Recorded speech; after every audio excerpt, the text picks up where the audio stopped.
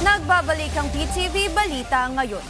Patuloy na gumagawa ng mga hakbang ang Council for the Welfare of Children o CWC para lalo pang mapababa ang bilang ng mga bata na nagtatrabaho sa bansa.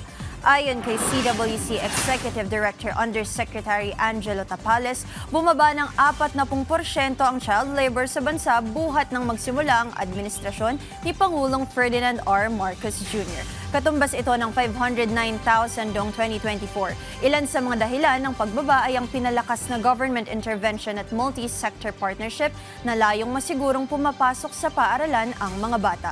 Karamihan ng mga bata na nasasadlak sa child sector ay mga nasa sektor ng agrikultura na sinundan ng industrial at service sector. Masasabi na napasa sa ilalim sa child labor ang isang bata kung ito ay na-expose sa mga dangerous elements, mga kemikal, mga makina at mabibigat na gamit at lagpas sa 20 oras kada linggo ang pagtatrabaho.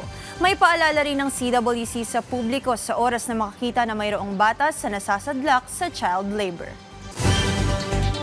Samantala, alamin natin ang ibang balita sa PTV Davao mula kay Jay Lagang.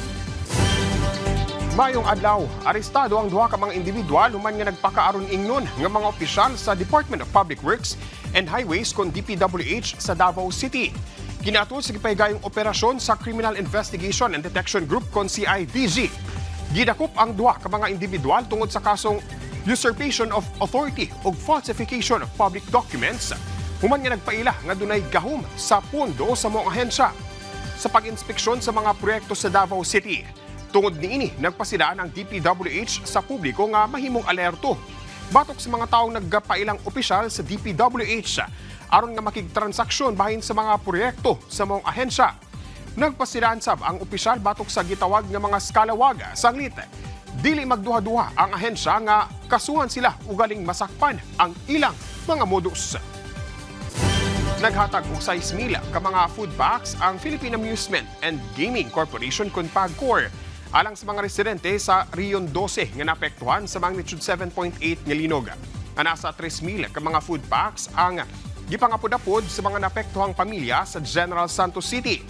Samtang nabilin nga 3,000 ka food buckets gialokar alang sa mga biktima sa linog sa probinsya sa Sarangani. Ang matag food packs dunay sulod nga bugas, kape, canned goods ug tubig. Among donasyon kabahin sa nagapadayong humanitarian assistance nga naninguhang matabangan ang mga komunidad nga naapektuhan sa kalamidad nga maka-recover ug matubag ang ilang nagunang panginahanglanon. Huwag kato ang mga nagunang balita din sa PTV Davao. Ako si Jay Lagang para sa Bayan. Mayong adlaw. Daghang salamat, Jay Lagang. At yan ang mga balita sa oras na ito. Para sa iba pang updates, i-follow at i-like kami sa aming social media sites sa @PTVPH. Ako si Jana Madrid para sa Bayan.